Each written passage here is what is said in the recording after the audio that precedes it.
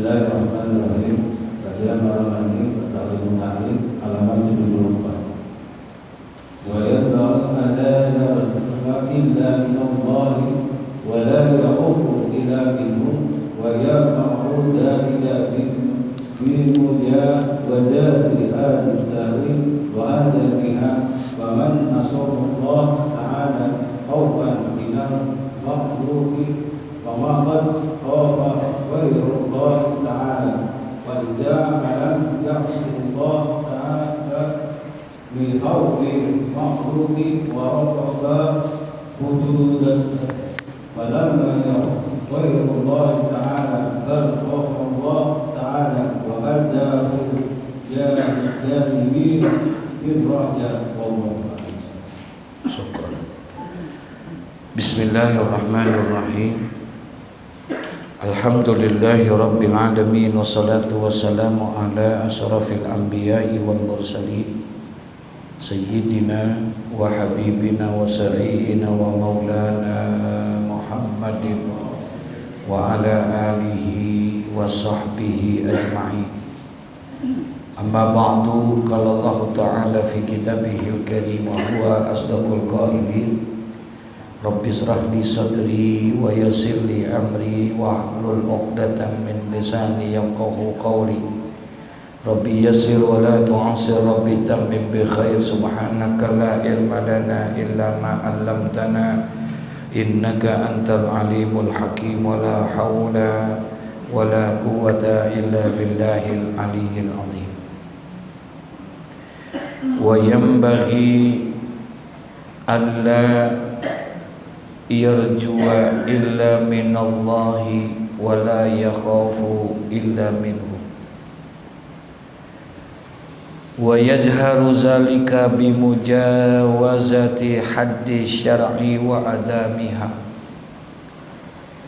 Faman asallaha ta'ala khawfan minal mahluki faqad khafa ghairallahi ta'ala, fa iza lam ya'sillah ta'ala li khawfi al-mahluki wa raqaba hudud as-sar'i falam yakhaf ghairallahi ta'ala bal khafa Allah ta'ala wa kadha fi janibir raja. Wa yang bagi dan seyogyanya, yakni sepantas dan selayaknya bagi kita semua, terutama bagi orang yang menuntut ilmu, dan seyogyanya bagi orang yang menuntut ilmu itu, alla yarjua illa minallah, tidaklah dia berharap kecuali hanya kepada Allah, wala yakhafu illa minhu, dan juga tidaklah dia takut kecuali hanya kepada Allah. Jadi buat kita orang-orang yang beriman, ada sifat di dalamnya itu sifat roja dan sifat khauf. Roja itu berharap, khauf itu takut. Jadi mesti ada di dalam diri kita orang yang beriman, dua sifat itu ada roja, ada berharap. Kita mudah-mudahan dengan amal yang sudah kita lakukan ini diterima amal ibadahnya, kemudian dijadikan sebagai bekal sehingga masuk kita ke dalam surga. Itu harapan kita, supaya Allah masukkan kita ke dalam surga. Tapi selain berharap juga harus ada rasa khauf, rasa takut, sehingga akhirnya kita tidak berani melanggar peraturan-peraturan yang Allah tentukan. Kita tidak berani perintah Allah kita tinggalkan. Tidak berani kita. Kenapa? Karena ketika kita melanggar peraturan Allah, kita akan mendapatkan dosa dan nanti akan mendapatkan azab nanti yaumul kiamah. Harus ada rasa takut, terutama bagi orang yang menuntut ilmu.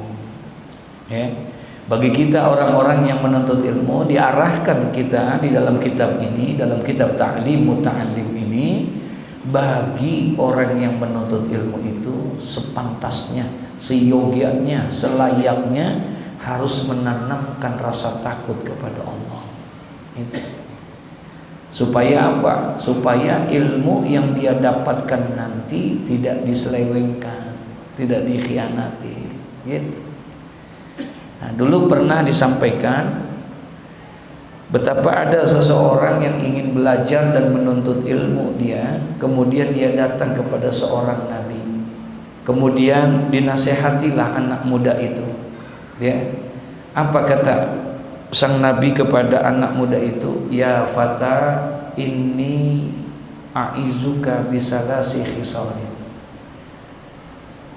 Kata nabi itu, ya fata, wahai pemuda, inni u'izuka bisalasi khisalin.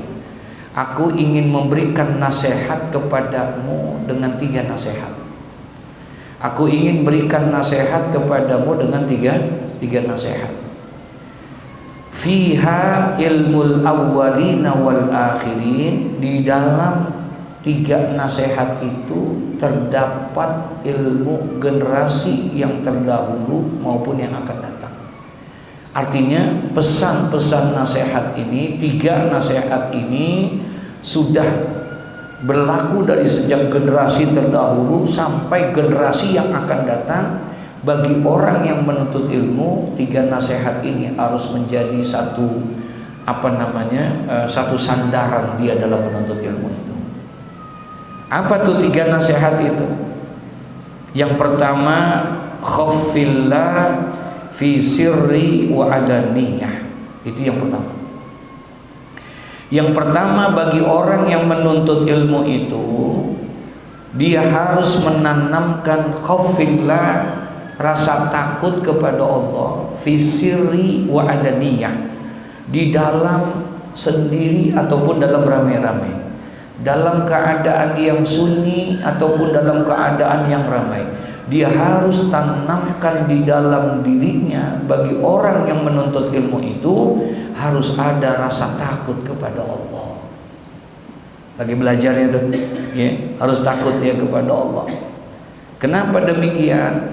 Karena kalau takut kepada Allah ini ada di dalam diri dia, kemudian dari belajarnya dia terus menanamkan rasa takut, menumbuhkan rasa takut di dalam dirinya.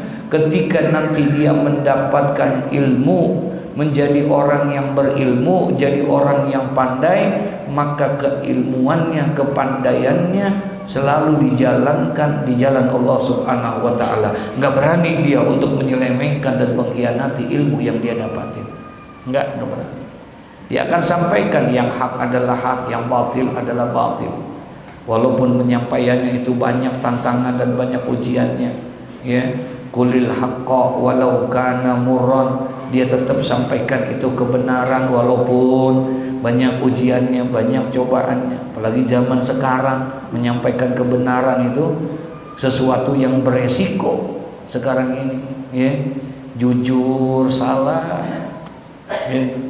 Kemudian tidak jujur juga salah juga sekarang. Masya Allah, berat sekarang ini, ya, ujian. Nah, buat orang yang menuntut ilmu harus ada itu dalam dirinya, supaya jangan sampai nanti kalau dia sudah punya ilmu, sudah menjadi orang yang pandai, dia tidak mengkhianati, tetap dia punya rasa takut dia kepada Allah.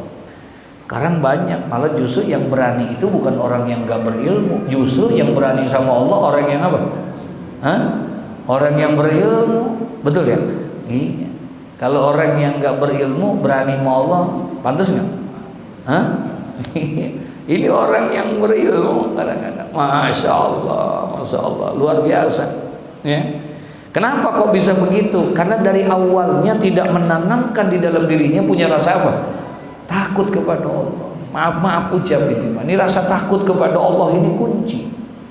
Kalau ada rasa takut di dalam diri manusia, insya Allah dia akan menjadi manusia bukan hanya sempurna, tapi menjadi manusia yang paripurna dia. Kalau ada rasa apa? Takut nih mau. Siapapun dia, apapun status sosialnya dia, apapun pekerjaannya dia, apapun itu, kalau ada rasa takut di dalam dirinya kepada Allah, maka dia akan jadi orang yang luar biasa. Pedagang misalnya, kalau ada seorang pedagang yang punya rasa takut kepada Allah, saya yakin dia tidak akan berani berdagang curang. Betul ya? Enggak. Kenapa? Takut sama Allah. Nggak akan berani dia mempermainkan timbangan, nggak akan berani dia memainkan literan dan lain sebagainya. Kalau sekarang ada nggak pedagang yang mainin timbangan? Hah? Masya Allah. Iya. Dia akan jadi pedagang yang baik. Kapan? Kalau seandainya dia punya rasa takut kepada Allah. Dia jadi seorang guru misalnya, dia akan berani kalau dia punya rasa takut kepada Allah, dia akan benar-benar menjadi seorang guru. Bukan hanya sekedar mengajar, tapi mendidik. Sekarang ini hanya sekedar, banyak orang hanya sekedar apa? Ngajar aja udah, selesai tugas ngajar ya selesai sudah. Beda. Guru itu kan konon katanya digugu dan dia apa? Hah? Digugu dan ditulis. Iya. Sekarang ini hanya tugas sebatas ngajar ya selesai ngajar. Yang penting gue selesai tugasnya ngajar. Tapi peran serta dia untuk memberikan pendidikan, pembenahan karakter daripada muridnya enggak ada. Lepas dia tanggung jawab pun. Untuk yang kayak begitunya, masya Allah. Beda sama guru-guru terdahulu itu, masya Allah. Keikhlasannya beda. Kenapa? Karena kurang ada rasa takut di dalam dirinya. Seorang ustadz, orang kiai, maaf ucap gitu, kalau dia punya rasa takut sama Allah, insya Allah dia nggak akan berani menjual-jual ayat. Yang halal jadi haram, yang haram jadi halal. Ya tergantung bagaimana pesanan aja itu. Nauzubillah summa naudzubillah min dzalik.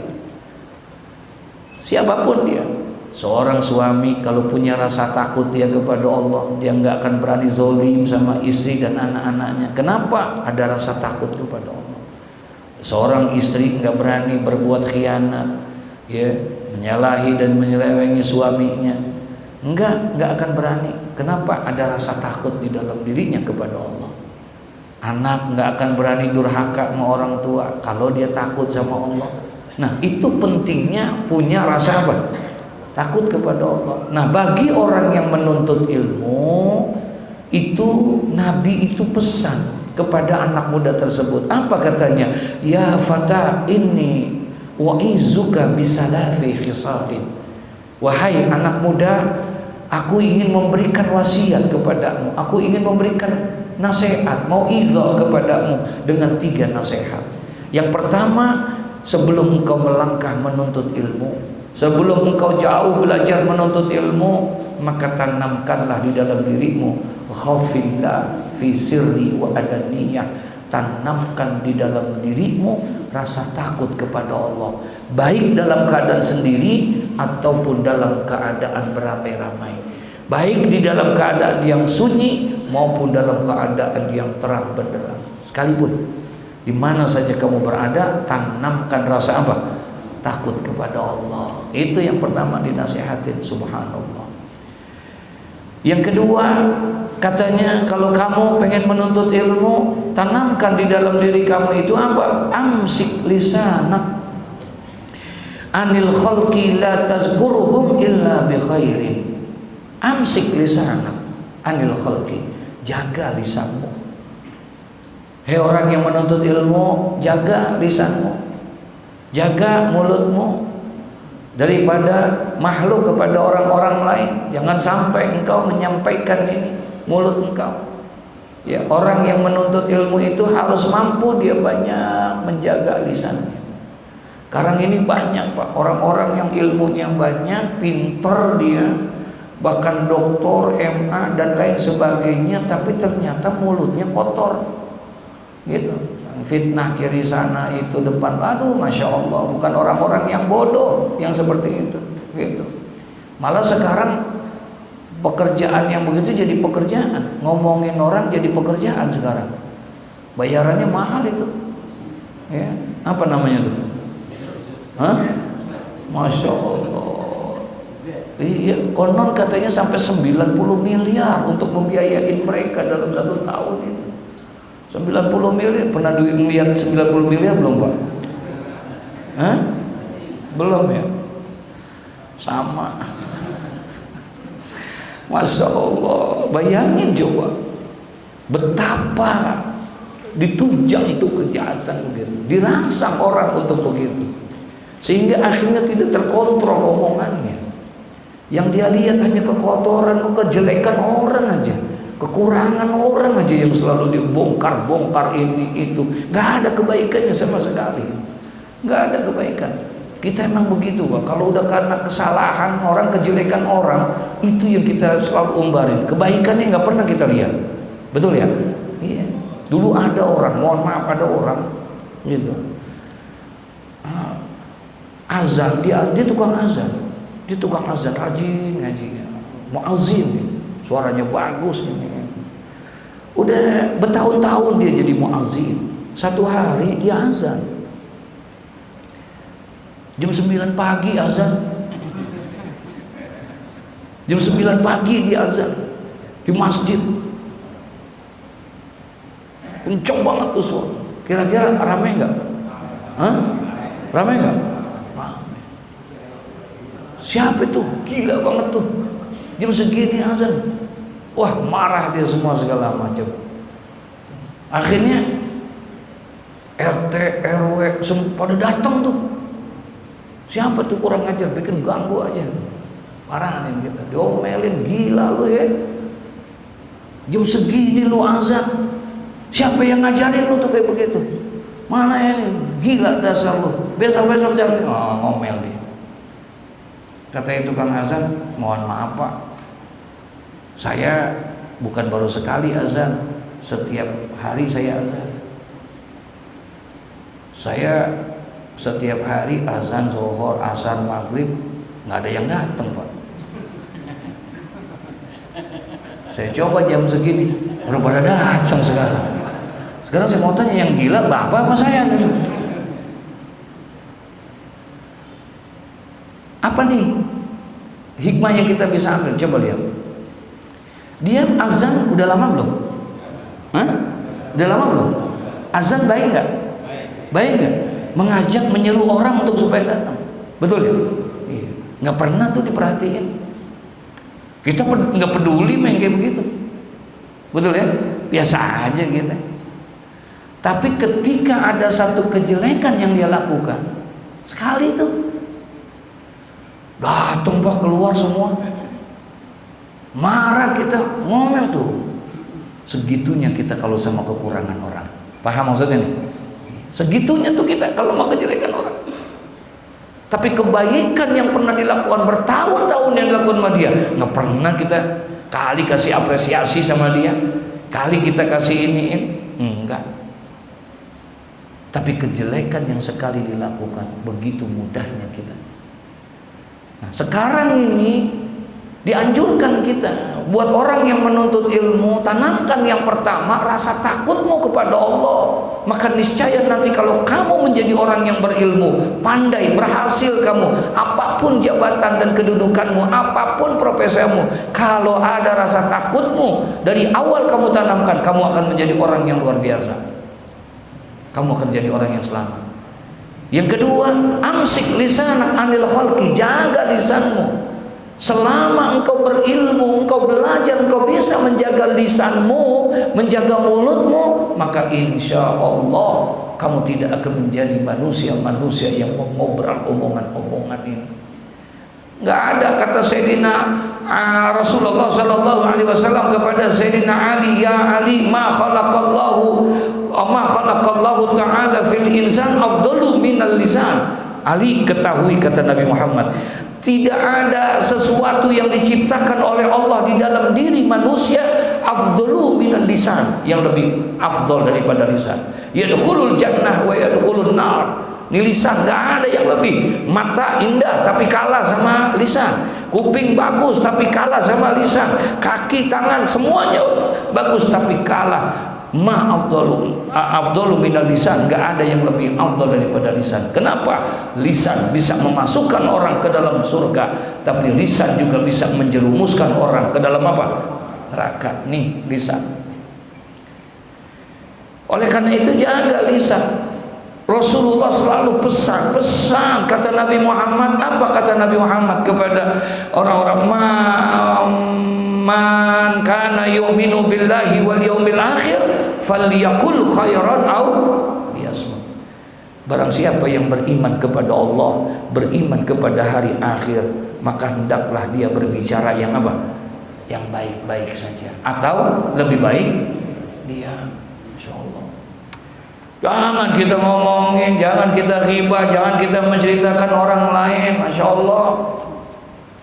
Sayyidatuna Aisyah, istri Nabi Muhammad SAW, satu hari ketika Rasulullah baru pulang, Rasulullah tanya, kamu dari mana tadi? Saya habis ketemu teman saya ya Rasulullah.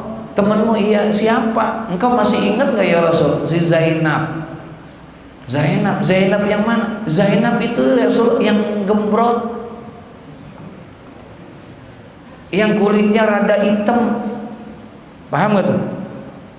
Aisyah itu loh, Zainab yang gembrot, yang rada hitam.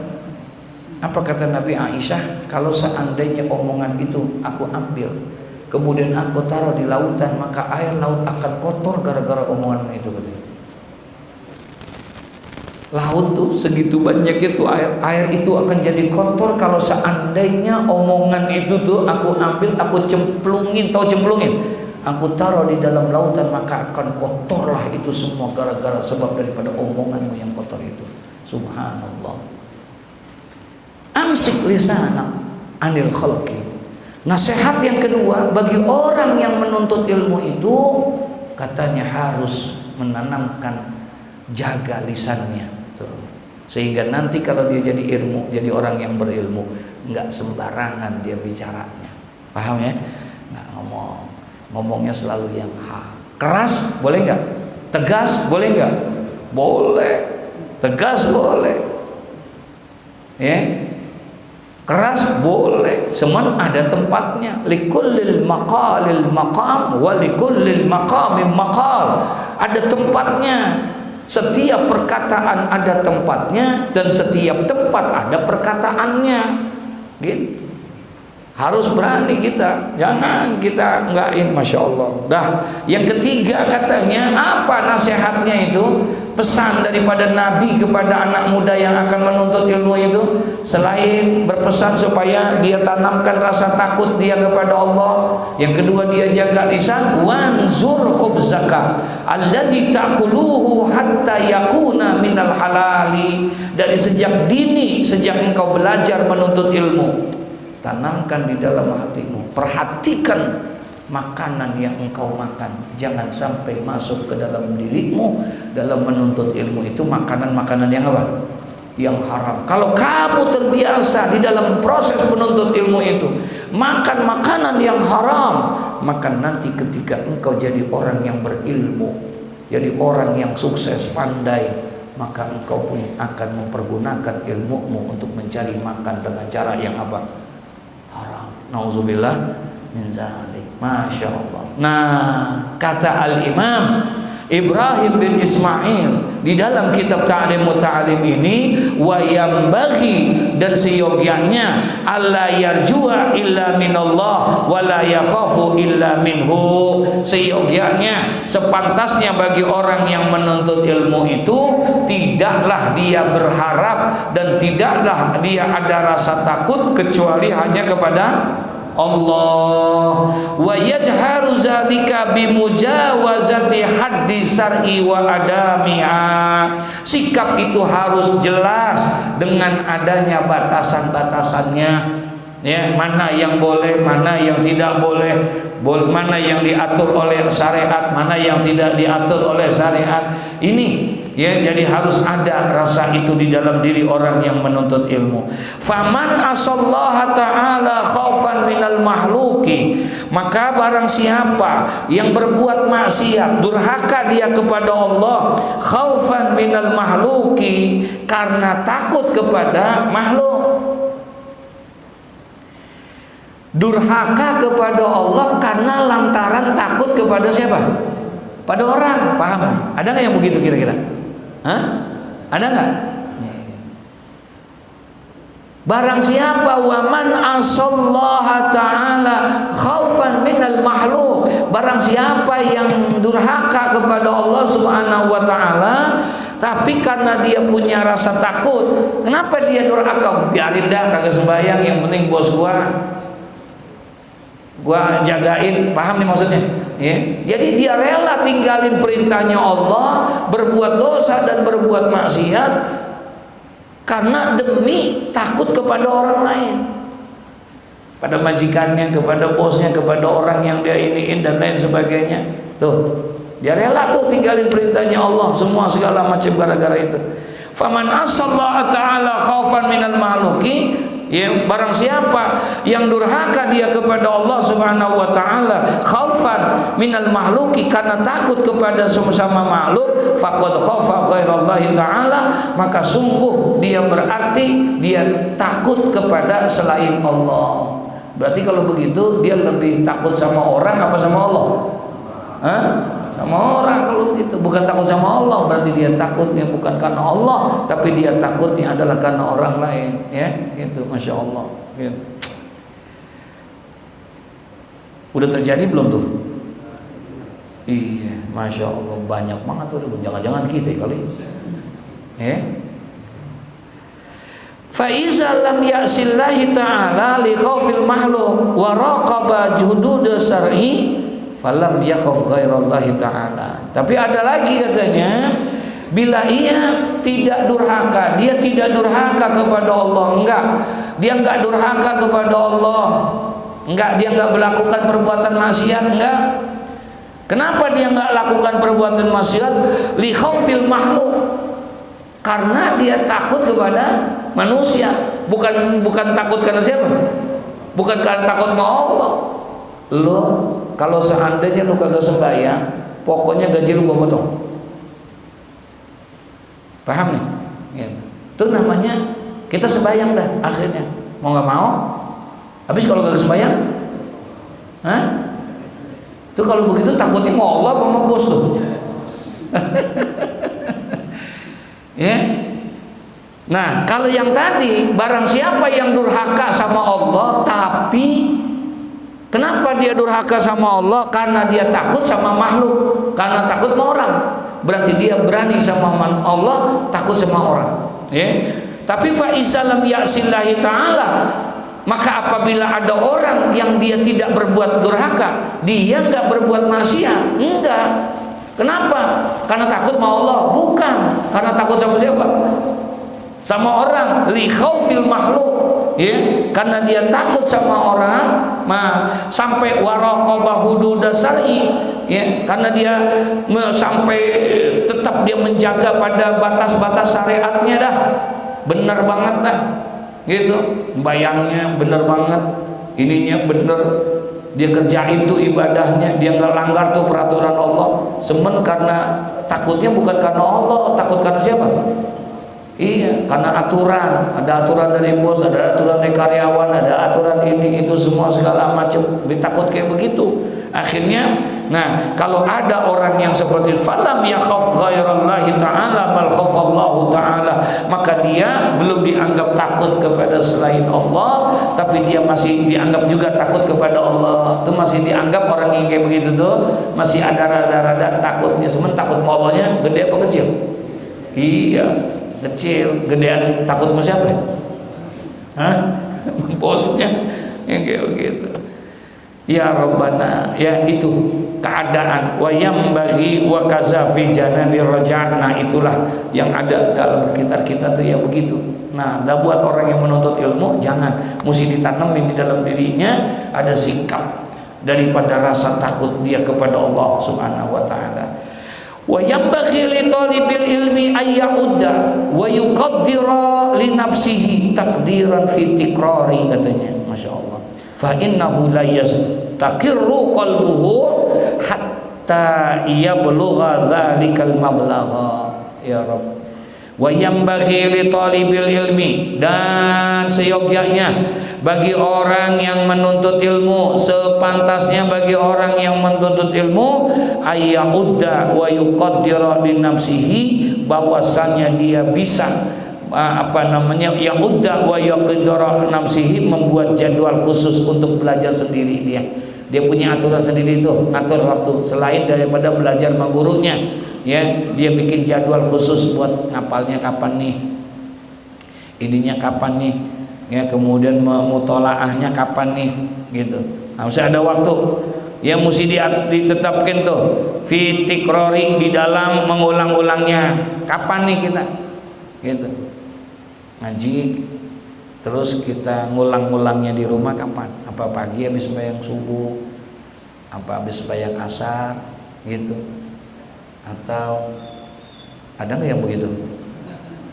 Apa jiro kali ya, habis ngaji taruh, ntar ambil lagi tuh kitab kapan? Hah? Pas mau ngaji. Ya Allah, banyak banget tuh yang di sono, orang-orang sono tapi bukan orang sini. Ya Rabbana, astagfirullahaladzim. Wa yanbaghi li talibil ilmi ayya'udda wa yuqaddira li nafsihi, dan sepantasnya bagi orang yang menuntut ilmu itu bahwasanya dia mempunyai jadwal khusus buat dia untuk mengulang-ulang takdiran fi tikrari, ya, untuk mengulang-ulang daripada belajarnya itu, ya. Fa innahu la yastaqirru qalbuhu hatta yablugha dzalikal mablagh, ya. Nah, sebab belajar itu dengan seperti itu dapat cepat membawa kesuksesan, bisa membekas di dalam hati dengan cara dia fitikrori, dengan mengulang-ulang di dalam mempelajarinya dengan kesungguhannya. Maka itu langkah untuk bisa mendapatkannya itu, ya. Ajarin habis ngaji nih udah sambil ngopi kayak, sambil ngerokok, ngeliatin lagi gitu. Sambil ini makan, masya Allah, tahadusan binikmah gitu ya. Ya begitulah emang, ya emang mesti begitu, mengulang-ulangin gitu ya. Pulang di rumah sambil mungkin nggak bisa tidur, melihat sambil melihatin tuh ikan, melihat dia tuh bacaan yang tadi, sambil ngerokok, apa, enak, nikmat, bisa malah kadang kan bisa 1 jam 2 jam gitu. Ini pulang taruh kita melempar lagi kotor itu kita aja dilempar lagi tuh kitabnya. Astagfirullahaladzim, la haula wala quwata illa billah. Jangan gitu ya, ada keberkahan sendiri nanti buat kita. Wa yanbaghi ayyuqarrira sabqal amsi 5 marratin wa sabqal yaumi alladhi qabla al-amsi 4 marratin wa sabqa alladhi qablahu 3 walladhi qablahu 2 walladhi qablahu 1 fa hadha ad'a ilal hibzi, katanya. Wa yanbaghi, dan sepantasnya bagi orang yang menuntut ilmu itu, ayyuqarrira sabqal amsi 5 marratin, agar dia mempelajari itu, mempelajari ulang pelajarannya yang kemarin itu 5 marratin, sampai 5 kali katanya. Ya, suruh ngulanginnya sampai 5 kali itu ulang. Wa sabqal yaumi alladzi qabla al-amsi 4 marratin. Kalau dia belajar tiap hari, sekarang yang ini 5 kali baca. Sebelum 5 kali ini yang kemarin tuh baca lagi 4 kali. Paham kamu maksudnya ini? Berarti ada berapa? Yang kemarin 4, yang ini 5. Berarti 9 tuh. Udah dapat tuh 9 udah. Sama dia diulang. Jadi yang kemarin tetap enggak dilupain, tetap diapain? Tetap diajar. Wasabqa alladzi qablahu 3, ya. Dan juga begitu, dan yang pelajaran sebelumnya 3 kali. Kemudian walladzi qablahu 2, kemudian yang sebelumnya lagi 2 kali. Walladzi qablahu 1, yang sebelumnya lagi 1. Fahadha ada ilal hibzi, cara seperti ini adalah cara yang terbaik untuk bisa gampang menghafalnya gitu. Hari 1, tar besok hafalin yang kedua, yang itu jangan dilipain. Besok hari yang ketiga, yang pertama 1, yang ini kedua, yang ini ketiga, begitu. Akhirnya lama-lama. Dulu kalau lagi di pesantren, maaf, kalau di pesantren tuh kita kayak bikin ini ya, kalender Cina, tahu nggak kalender Cina? Yang di apa namanya? Disobek-sobek tuh. Nah, itu saya hafalin 1 hadis. Di lembaran pertama 1 hadis, yang kedua lembaran kedua hadis, yang ketiga 3 hadis. Jadi sobek 1, tersobek 2, tersobek 3. Paham gak tuh? Gitu, tersobek, sobek, hafal itu kaidah nahwunya, jurmiyahnya, kayak begitu. Jadi kita bikinin lembaran-lembaran kayak kalender itu, kayak kalender Cina yang bisa kita sobek-sobek begitu, supaya gampang menghafalnya, gitu. Tapi ada juga dulu jamaah haji berangkat haji, saya bawa tuh kalender begitu, saya tempel, taruh di maksudnya biar ada kegiatan ini hari ini sobek, hari ini selesai. Tahu-tahu jamaah haji sobek sekali 5 disobek. Sobekannya tuh 5 tanggalan. Saya bilang, kenapa itu sampai 5 menit? Biar cepat pulang Ustaz, begitu kata dia. Astagfirullahaladzim. Jadi disobek mana biar cepat pulang katanya. Nah, jadi bikin jadwal sendiri kita lah. Jadi emang kita yang mesti melaksanakan reaksi untuk belajar bagaimana caranya, ya kita ini hanya menuntut. Buat orang yang menuntut ilmu, setelah kamu tanamkan rasa takut kepada Allah, kamu ada rasa harapan kepada Allah untuk belajar menjadi murid yang baik, mendapat ilmu yang berkah. Nah kemudian kamu susun pola belajarmu sendiri. Bagaimana cara pola belajarmu? Ya ulang-ulang tuh pelajaran-pelajaran yang kemarin. Ya sebagai apa? Sebagai bentuk untuk bisa menyempatkan daripada apa yang sudah ini kan. Wa yambaghi alla ya'tadal mukhafata fi tikrarin li anna darsa yambaghi ayyakuna bi quwwatin wa nasatin, ya wala yadhhara jahran wala yujhida nafsahu kaila yan qati'u an tikrari fa khairul umuri awsatuha. Nah jadi katanya ya seyogianya bahwasanya jangan membiasakan belajar dengan suara yang terlalu mukhafatu fi taqlid di anadarsi itu, dengan suara yang pelan katanya. Kalau bisa suaranya kalau lagi ngapal itu diapain? Diangkat, ya, jangan pelan. Ayyakuna biquwatin wa nasatin, ya karena itu lebih baik dilakukannya itu. Wala yadhhar jahran wala yudhida nafsahu kailan yanqati'u an tikrari. Jadi ada semangat di dalam itunya, tetapi juga jangan terlalu keras gitu, ya jangan terlalu pelan tapi juga jangan terlalu kaila yanqati'u an tikrari fa khairul umuri awsatuha, ya yang ambil yang tengah-tengahnya deh, jangan terlalu keras juga jangan, pelan juga jangan gitu. Hukiya anna Aba Yusufa, ya kana yuzakirul fiqhi ma'al fuqaha bi quwwatin wa nasatin wa kana sihruhu yata'ajjabu fi amrihi. Nah, katanya dikisahkan itu Syekh Abu Yusuf suatu ketika dia berdiskusi ilmu, bertukar pandangan dengan masalah fikih bersama ulama-ulama fikih itu dengan suara yang keras, yang tegas, ya sehingga bisa membantu dia untuk mengingatnya itu. Wa kana sihruhu yata'ajjabu fi amrihi, sehingga sampai anaknya itu merasa kagum dia melihat daripada apa yang dilakukan oleh ayahnya itu, mertuanya itu. Ana a'lamu annahu ja'iun muz khamsati ayyam, ya wa ma'azalika annahu yunadhiru ma'al quwwati wan nasati.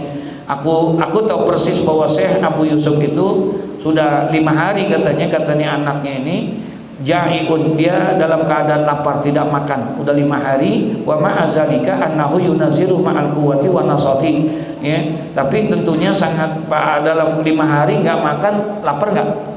Iya berarti lapar, tapi sekalipun demikian wa ma'azalika annahu yunaziru ma'al quwwati wan nasati, tapi saya lihat dia begitu tetap semangat di dalam masalah berdiskusi ilmu fikih dan berdebat dan seperti itu lebih semangat dia, walaupun padahal mah perutnya lapar. Artinya apa? Dengan suara yang diangkat begitu akan gampang, lebih mudah. Makanya zikir kita dalam sembahyang itu imam jangan pelan-pelan supaya supaya kedengeran sama yang belakang zikirnya. Ada orang yang hafal karena biasa, padahal dia kagak belajar hafalin, sebenarnya karena selalu ngikutin akhirnya jadi jadi hafal. Ada nggak begitu?